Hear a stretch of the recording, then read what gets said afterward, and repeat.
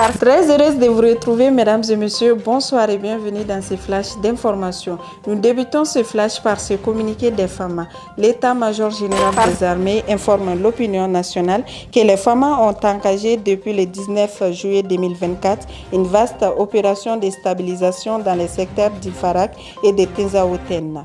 C'est dans ce cadre que les FAMA ont pris le contrôle de la localité d'Ifarak, située à 122 km au nord-ouest de Tessalit, le 22 juillet 2024. Après Infarak, le cap est mis sur Tinzaouten, situé à 233 km au nord-est de Kidal, à la frontière algérienne, et dans laquelle les groupes armés terroristes sévissaient contre la population civile, avec des raquettes, des vols et le blocage des convois logistiques destinés à approvisionner les principales villes du nord. Le 24 juillet 2024, les FAMA rencontrent une première attaque terroriste. Leur vive réaction permet de repousser cette attaque et d'infliger des lourdes pertes humaines et matérielles à l'ennemi. Après ce premier échec des terroristes, les conditions météorologiques ont fortement influé sur la situation. Une nuit orageuse marquée par des tempêtes de sable dans la zone ont permis à la coalition terroriste de se réorganiser et de recevoir des renforts de tous les groupes terroristes de la sous-région.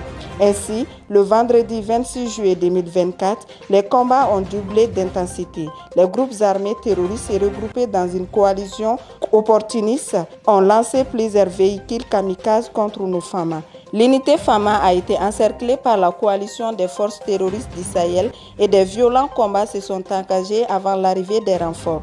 Le bravoure et la détermination exemplaire de nos soldats n'ont pas permis d'éviter un nombre important de pertes en vies humaines et matérielles. Toujours au Mali, le ministre de la Jeunesse et du Sport chargé de l'instruction civique et de la construction citoyenne suspend le processus de mise en place des bureaux des CNJ Mali et dissout la Commission nationale pour cause de violation des textes, dont des déclarations sur les réseaux sociaux. À présent, hors de nos frontières, lundi 29 juillet, la police ougandaise a annoncé l'arrestation de 26 membres du parti d'opposition Forum pour le changement démocratique, affirmant sans plus de détails qu'ils se livraient à des activités secrètes soupçonnées d'être subversives, attirant l'attention des forces de sécurité kenyanes. Selon la police, les membres de l'opposition auraient été remis le 29 juillet aux autorités ougandaises. À présent, direction au Venezuela pour clore cette édition. Le gouvernement de Nicolás Maduro, proclamé vainqueur du scrutin, a annoncé le retrait de son personnel diplomatique de 7 pays d'Amérique latine qui demande le réexamen du décompte des voix.